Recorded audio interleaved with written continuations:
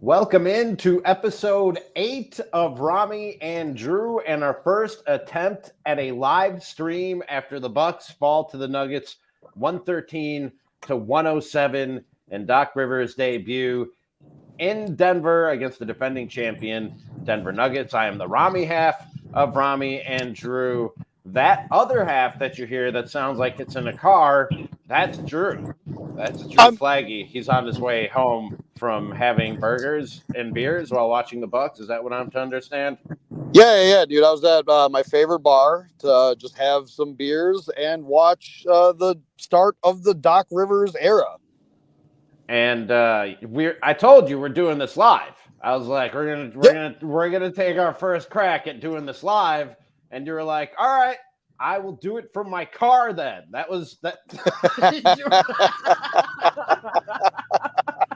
After having wait, are the police how many viewers do we have? Are any of them the police?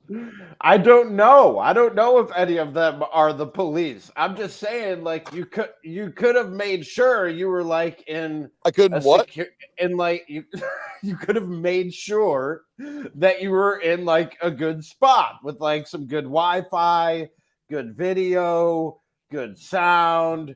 You were I've watched Tim Shea walk around the Deer District, call into Bart's show enough times to know that none of this matters. And he rules, dude. I'm trying to be the Tim Shea of the Ramie and Drew. No, because Tim Shea isn't half that show. That Bart doesn't rely on Tim Shea. By the way, Jake Newborn says on the YouTube page, because we're streaming live on youtube.com at Ramie and Drew. He says, no, not the police, but don't drive in podcast. Bart Winkler has had PSAs about this, and Losario just said no in response to you asking if anybody listening right now is the police. So we know Jake and Losario are not the police. So that's Listen, good. Shouts out to Jake Newborn, first of all, because, I mean, he rides his bike everywhere. He's ridden his bike across America to play punk rock baseball. So, that's great.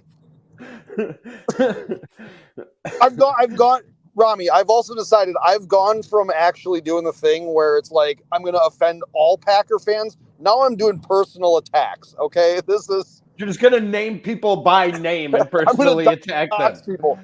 I'm doxing people soon. Next episode, episode 9, doxing. I'm giving out Taylor Swift's address. I don't care. Not Taylor Swift, dude. Come on. Will just get the show ended. Come on. Not Taylor Swift. Documents, dude. No. Not Taylor Swift. And not Pack. Again, you already tried to fight this fight with people. And no, dude, you're picking the wrong people to fight fights with right now. All right, so the Bucks lose in Doc's debut. Is he on the hot seat? Are we firing up #fire Doc? How are we feeling after this one, Drew? Damian Lillard did not bail out Doc Rivers tonight, and no, honestly, he did not. There was no bailing out of Doc Rivers tonight. This is almost a tear it down situation. This is almost we have to think about. This is a think about 2030 situation. We have no first round draft picks, and we're gonna do this shit. Really, guys? Come on. Actually, no, I was really happy with the way they played defense. It's the last 4 games now. Mm-hmm. It's not a perfect defense. I was texting you during the game, particularly the plus minus of Pat Connaughton and Bobby Portis was concerning. Bobby got it rolling a little bit later by hitting those 2 3-pointers and then going to the line and knocking down those 2 free throws. Other than that, they were both minus 16 for a while before I stopped checking. That was a problem. I felt like tonight was Bobby's season in a nutshell. Like in terms of the swings in the late third and early fourth quarter, he really, I mean, he was one of the guys that fueled that comeback. But in the first half, man, and you're right, him and Pat Connaughton were just no shows for the vast majority of that game. And Drew, I'm not saying that Adrian Griffin that he was not at fault by any means, or that he was a scapegoat. But to this point in the season, more than anything, more than Adrian Griffin or anything else, my concern has been the bench play of this Bucks team. And something's got to change. Like there's got to be some sort of reinforcements or cavalry coming in some way, shape, or form between now and the trade deadline for that bench, because it's just not cutting it right now. And you saw it tonight in that game, and specifically with those two guys. So I actually wanted to bring this up later because I had a couple conversations today at work with people that I talked to about basketball, about what. Hey, wait. We have to get this guy in because I know he's on CBS Sports Radio right now, and he's probably dialing in during a commercial break. It's the one and only Bart Winkler. What's up, Bart? Why does Drew look different? I'm in a car. Bart, I'm not going to lie. I had a couple drinks. I was at the bar watching the game, celebrating and mourning the loss of Joe Prunty era. And now I'm celebrating the Doc Rivers era. I wore all black, but also a bandana. So, Okay, none of that explanation satisfied me. Look, we got a whole lore we're building. This is like the Lord of the Rings, dude. You got to go back and read the lore. Don't you have a national sports talk radio show that you're hosting right now? Yeah, I told the other guy to host. I wanted to jump in with you for a minute. Oh, nice. How do you feel about the debut of Doc Rivers? How much did Giannis play? I didn't feel like he played a lot. Let me see. I have the box score up right in front of you. 37 minutes. He led them in minutes. Yeah, never mind. Yeah, you were wrong about that one. The usage rate, though, Damian Lillard only took like 15 total shots in that game, which was odd considering how hot the Bucks came out. Like, Dame was running the offense the entire first 6 minutes of the game, and the Bucks were cooking pretty hard, and Chris Middleton was the starter that was in there the longest out of, like, our main three scorers. But then, like, Dame just didn't shoot for a while, and then Doc took him out with, like, 4 minutes left for a campaign. And then that's when the offense stalled at the end of the first. Like, we put up 26 pretty effortlessly, it seemed like. Yeah. And then the offense hit a wall, and Denver crawled back into it. Well, and it's hard to, like, criticize or even evaluate much with Doc when Bobby Portis was 2 of 13. Yeah. I mentioned that before you hopped on, yeah. Yeah, I know. I was just reiterating. I was listening. The bench for this team, Bart, is just – something's got to be done there. And, I'm not saying that they shouldn't have fired Adrian Griffin. If he had to go, he had to go. But my main concern was and remains the bench. This is a nice reprieve. I've been crapping all over Brock Purdy, and Niners fans are real mad at me. What's your beef with Brock Purdy? Why are you starting shit with Brock Purdy of all people? What did Brock Purdy do to you? Great story. Mr. Irrelevant. What did he do to me? The woman's still fresh, man. Okay, but you're the one I saw you the night the Packers lost, and Bears fans and Vikings fans were taking joy in it, and you were like, oh, you guys are losers. It's got nothing to do with you. We already showed we're better than you, and we won more games than you. And now you're the Bears fan on the other end of that now. You just let it go, bro. Brock Purdy is a national hero, and the 49ers are in the Super Bowl. Oh, hypocrisy is a big feature of me. Yeah. Dude, isn't that like the main tenet of being a fan is like, fuck you if you guys do it, but if I do it, it's okay? Yeah, I couldn't thrive in this business without it. Yeah, that's what being a fan is. Like, dude, I hate every team that hits a home run against the Brewers, but when we hit a home run, I love it. Oh, man. That fence couldn't be closer in. Yeah, Brewers fans were holding up syringes when Sammy Sosa came to town, and then Ryan Braun gets busted doing steroids, and they give him a fucking standing ovation when he comes back from his suspension. Yeah. But Ryan Braun stayed white. Sammy Sosa became white. I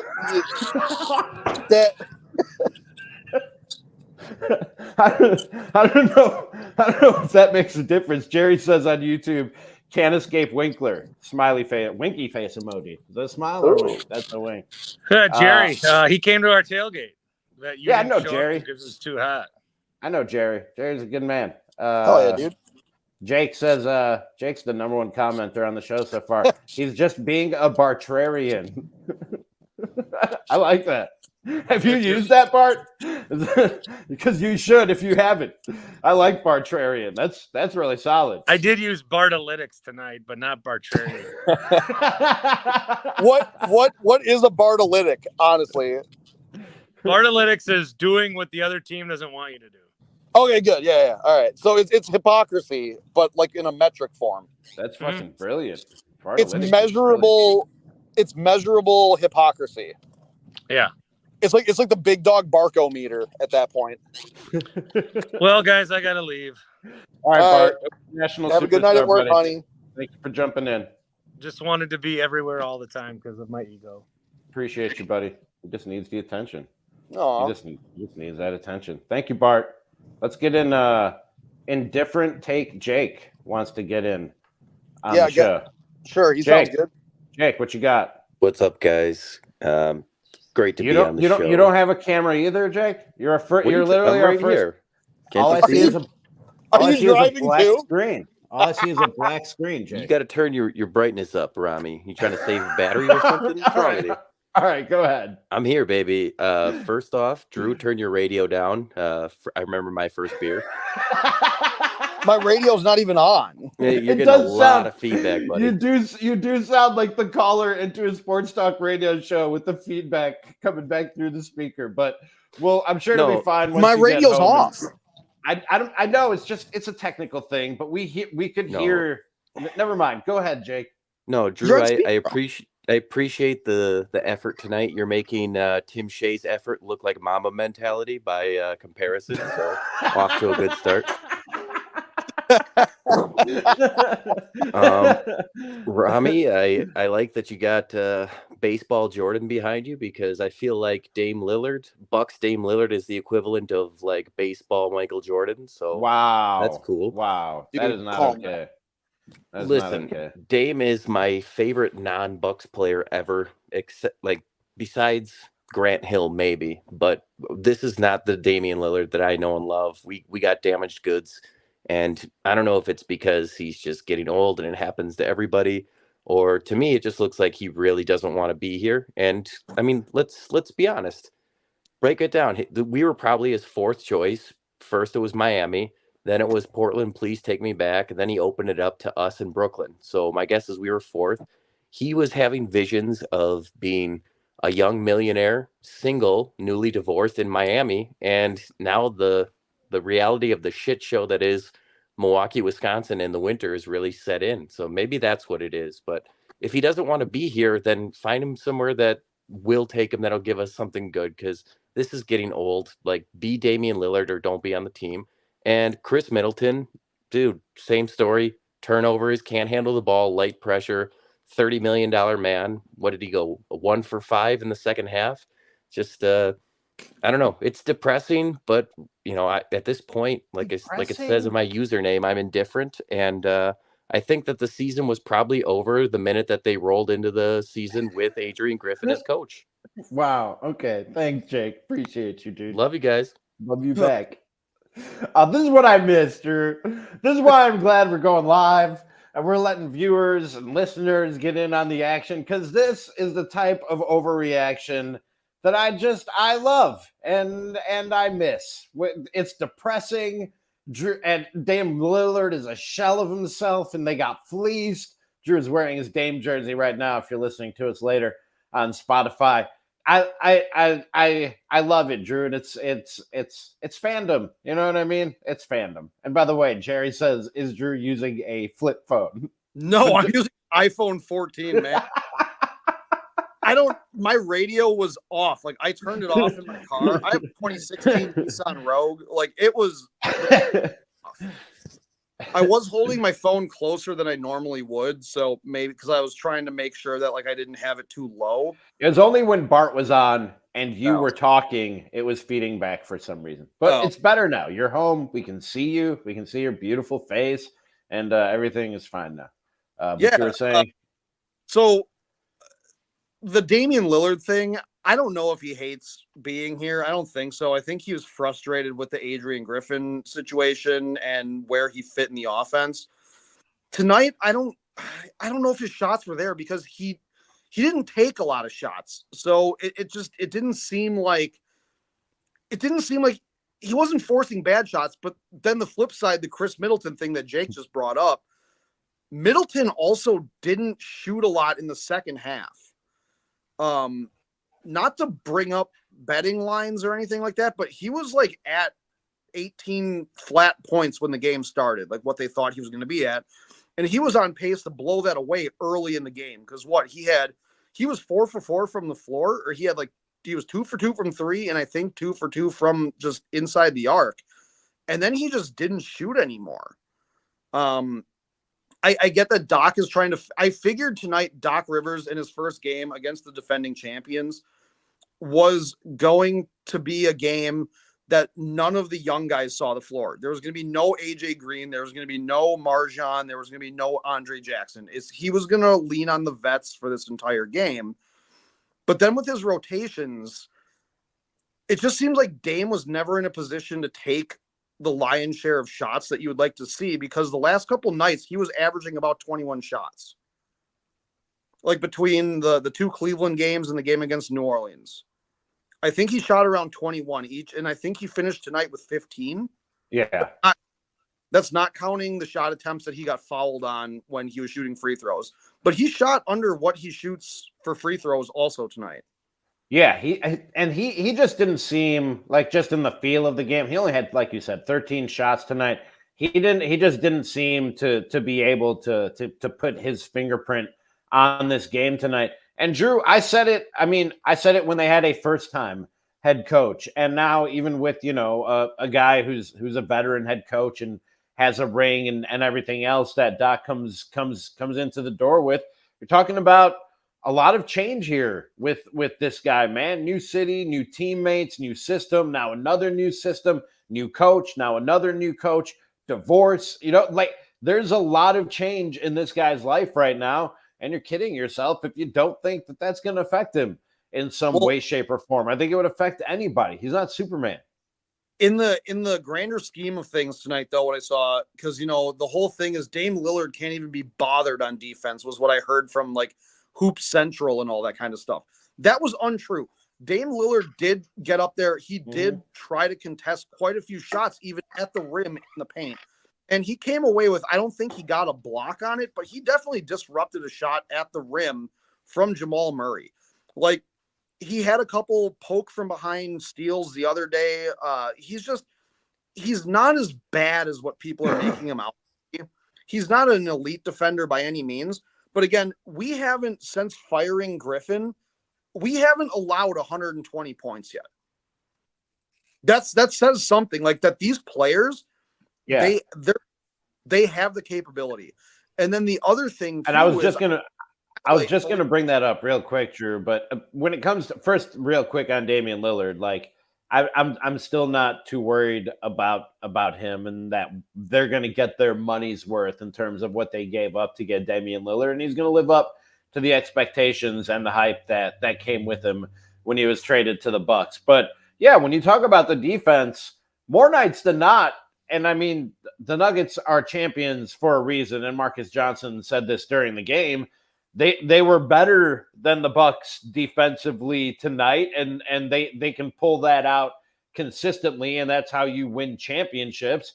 But the more nights than not in the NBA, and even more nights than not against the Denver Nuggets, 113 points is going to be good enough defensively for you to win a basketball game when you have Giannis and Dame and Chris Middleton. And with the way Brook Lopez shot tonight too, I mean, my God, he was great tonight. Yeah, dude. But I actually wanted to highlight Malik Beasley. He actually looked tough on defense tonight. He wasn't a liability out there. And I think this simplified, just stick to your guy defense, that suits whatever Malik Beasley might be. Because I remember when we did the midseason grades, I gave Beasley an F and an A. I gave him an A for shooting the best 3-point percentage in the NBA, and I gave him an F for his defense. And at this point, I'm like, okay, he's capable of playing defense. So I don't know what the hell Griffin had these guys doing or what he was telling these guys that none of them wanted to play defense, because Cleveland's not a team that you can turn your nose up at. The Pelicans actually have a really good defense, and they're solid offensively. You held a lot of, like, Zion didn't score a whole lot in that game. CJ McCollum was held. I mean, Brandon Ingram didn't score a lot. Like, there was enough going on there that it's like you held some very good teams well below what your season average was and what the league average is for points per game. Yeah, I was really encouraged by a lot of what I saw in Doc Rivers' debut. And like you said, this precedes Doc Rivers' debut when you talk about the defense and holding teams under 120 points since Adrian Griffin has been fired. But even offensively, and Lisa Byington and Marcus Johnson made note of this in the broadcast too, one of the things that everybody was talking about was shot selection when it comes to this Bucks team under Adrian Griffin. And in the first half, the shot selection was great. And I think they only had 2 turnovers in the first half. Second half, especially the third quarter, things got kind of sloppy. I think they had turnovers on their first 2 possessions out of the half, and it didn't get much better after that. But especially in the first half, and I don't know how much you can attribute that to Doc Rivers or any coach in the first game, but in the first half, I thought that the shot selection and the overall offense ran more smoothly. I think they said like 80% of their shots in the first half were assisted, which tells you the ball is moving and they're finding the open man. So for that, I like what I saw in Doc Rivers' debut. And like we just said, holding the world champs to 113 points, I'll take that more nights than not. Yeah, and Jokic ended up with a triple-double, didn't he? Yeah, he did. But he didn't touch 30. Did you have that in your parlay or no? No, actually. Okay.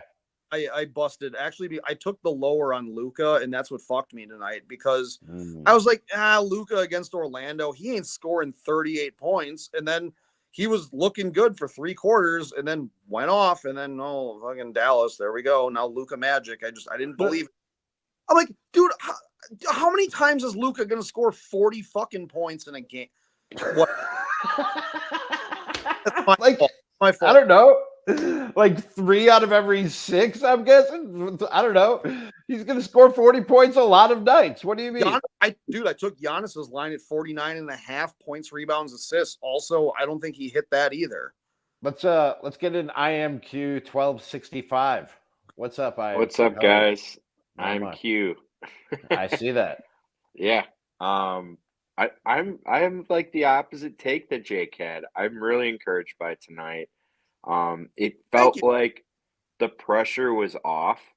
Like the team just seemed like it's all good vibes now. Just like smiles and happy, and like even though we lost today, it does not feel like the world is coming to an end. Like it feels like we're gonna play again this week. I don't know. I guess I've never been the biggest Doc Rivers fan, but it's nice to have like somebody with 2 hands on the wheel. Like it feels like he's got his eye on the road, and we're not gonna just like randomly end up in a ditch. So it literally is like he is a seasoned driver that's then been through every single storm out there, and Adrian Griffin was like a person with their learner's permit and like didn't even have like proper adult giving him any lessons. I did not plan this driver analogy, but I think it's like the perfect analogy for what's been happening. That would be like if I was taking my learner's permit. Appreciate it. I was like 15 and I kicked my mom out of the car for like grabbing the thing every time I touched the brakes. Where she's like, like that, like that's like what Griffin did to Stotts. and you're not the only one. You're not. Or like in the driver's ed car where the teacher has the brake and the emergency steering wheel in front of them. Yeah, that was what happened. But you used this analogy, and you weren't the only one I heard use this analogy of they gave a Ferrari to a 16-year-old. They handed over the keys of a Ferrari to somebody who just got their driver's license. And that's why I said mine was without using the clever analogy. Things changed when they traded for Dame, man. Like expectations and pressure changed for that head coach position when they traded for Dame Lillard, which makes sense. Hottest of takes Jacobs. Hottest of Jacobs. Jacob. There, I got it.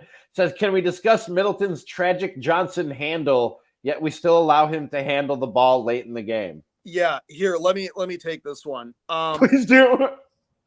All right. I remember, okay, hottest of takes, Jacob. I want to go back to the Chicago Bulls. Jacob. There was the Monday night Chicago Bulls game where we went to overtime, and the Packers were playing the Giants. That was the game where the Packers ended up losing later. I was at dugout 54 in Wauwatosa. Everyone else was watching the Packer game. I was the only one watching the Bucks game. And under 6 minutes with whatever, I'm fine with Middleton taking the ball up. But fourth quarter, under 6 minutes with a close game, clutch time, I don't want that fucker touching the goddamn ball, taking it over half court. I don't give a shit if you give it to Giannis. I don't care if you give it to Malik Beasley. Brooke Lopez could take it at this point. But, like, Bill Burr has a joke about losing his religion being, like, curling in that weird point where it's like you just release curling like rock and it just floats away from your fingers.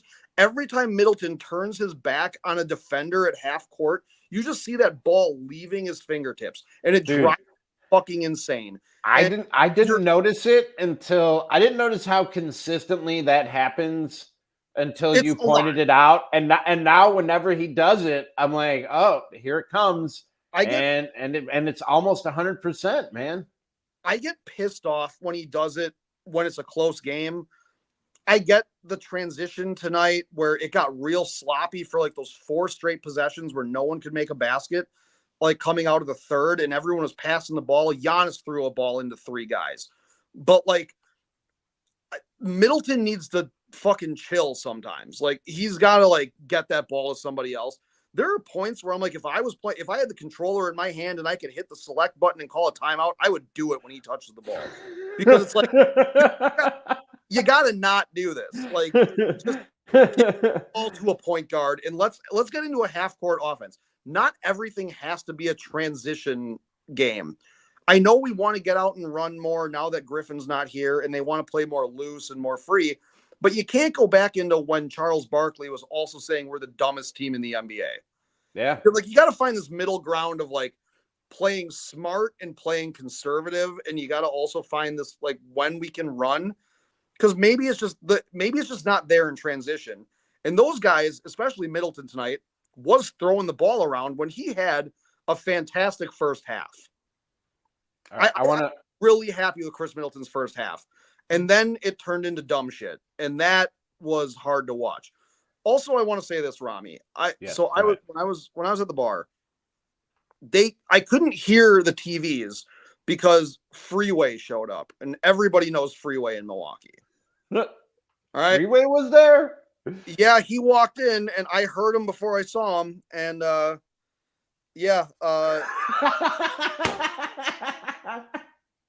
usually how it works. You know, that's usually how it works with Freeway. Did you hear him before you see him? Yeah.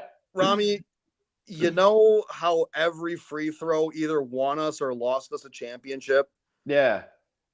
How many free throws did Giannis miss tonight? Hold on. I got to.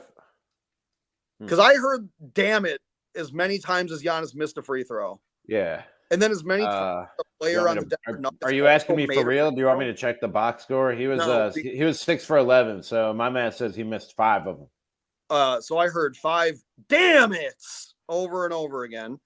And then a girl sat down next to me on the other side of Freeway, and she was watching how to do your nail documentaries or TikToks or something, how to get your nails dids over and over again. So I couldn't hear Lisa Byington or Marcus Johnson. So I got fucking Freeway in one ear yelling, "We're down by 1. Now we're down by 4." And every time a new person walked into the bar, they got a score update from Freeway. From Freeway, of course. Yeah. So I couldn't hear whatever Marcus Johnson and Byington were talking about. They might as well have taken the night off. All right. We got to wrap this up here pretty soon because my dog is outside the door whining, and I think he needs to pee, and I don't want to step in a puddle when I walk out there.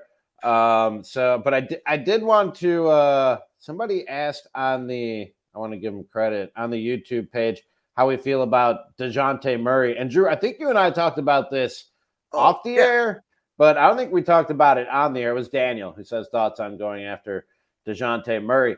I like DeJounte Murray and like cool if you can add him, but also at the same time, I heard that it's Bobby Portis going back in whatever discussions may or may not have occurred to that end, and you're just way too small if you're trading Bobby Portis for DeJounte Murray, unless somebody's coming back the other way that helps you fill out your big rotation.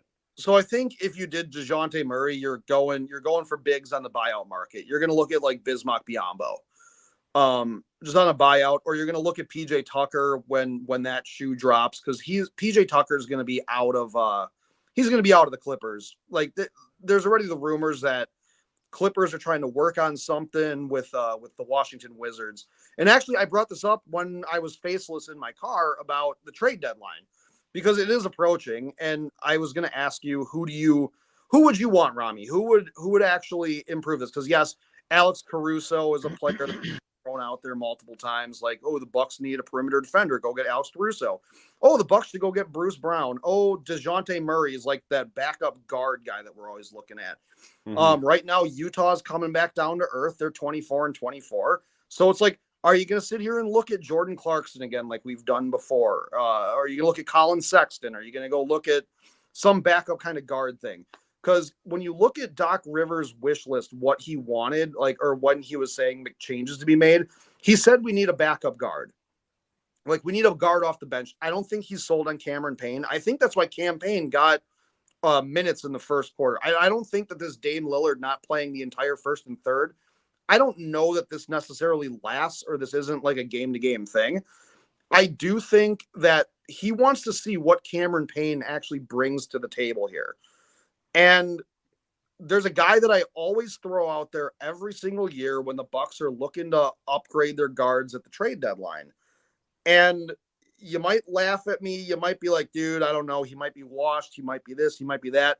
There's a team out there that has a point guard that is a veteran point guard that knows how to play basketball. Some people might already be on board with me. The team he's a part of signed him to a 2-year deal. They're going to be out of the playoff picture in the West because they're riddled with injuries. And I'm talking about Derrick Rose.